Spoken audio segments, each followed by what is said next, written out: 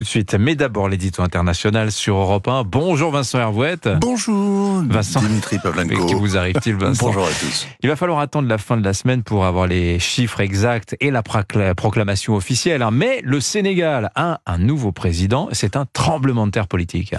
Oui, les Sénégalais ont élu dimanche non pas un président, mais deux.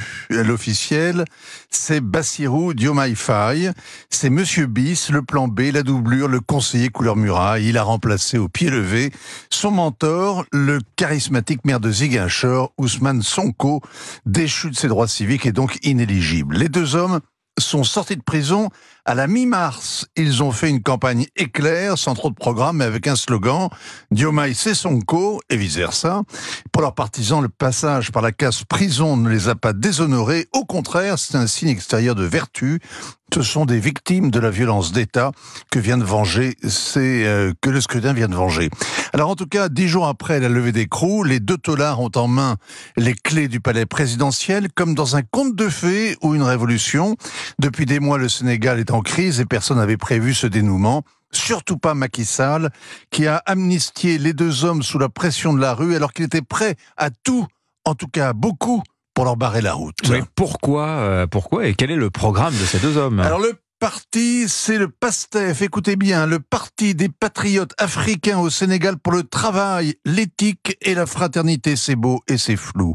Le PASTEF prône plus de justice, moins de corruption, une meilleure répartition des richesses, plus d'équité dans les relations internationales. Qui est contre? Il se dit souverainiste et panafricain. Comprenez que l'étranger doit cesser de piller le continent, surtout les Blancs. C'est la version africaine du populisme. Bref, il n'y a pas de programme, mais il y a beaucoup d'impatience. Le PASTEF parle sans cesse de rupture. Ça veut dire place aux jeunes. 70% de la population sénégalaise a moins de 30 ans. Cette jeunesse vient de donner son congé à la vieille classe politique, 6 familières de la France. Il y avait 13 candidats en lice, 2 anciens premiers ministres, le dauphin du président sortant, des caciques, tous atomisés. La vague de dégagisme porte donc au pouvoir le président le plus jeune du Sénégal.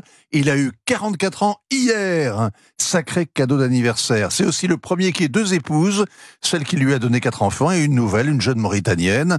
Les deux hommes se défendent d'être des salafistes, mais ils sont plus proches du Qatar et des frères musulmans que des confréries gardiennes de l'islam sénégalais de tradition soufie.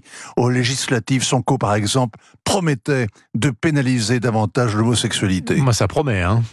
Mais pour cette génération, la France, c'est de la préhistoire, un passé qui n'inspire aucune nostalgie. Ils sont tentés de se débarrasser du franc CFA, ils veulent réviser les grands contrats, notamment sur l'exploitation du gaz offshore, mais pas un mot sur la base militaire française à Dakar. Ils n'ont pas la volonté d'humilier les Français qui ont manifesté, les putschistes du Mali, du Niger, du Burkina Faso, mais c'est bien un domino supplémentaire qui vient de tomber. Comme toujours avec les populistes, les diplomates comptent avoir affaire à des opportunistes qui seront sensibles à la réelle politique. Il faut l'espérer. Sinon, cette jeunesse sénégalaise déçue prendra la route de l'exil, celle qui débarque tôt ou tard, au pied des Alpes ou au métro Pyrénées, dans le 19e arrondissement. Je crois que c'est dans le 20e, si je ne m'abuse, Vincent. Ah, mais peut-être avez-vous raison. Non. J'y vais rarement. J'y ai habité. Bonne journée. Merci beaucoup, Vincent Hervouette. Signature Europe 1.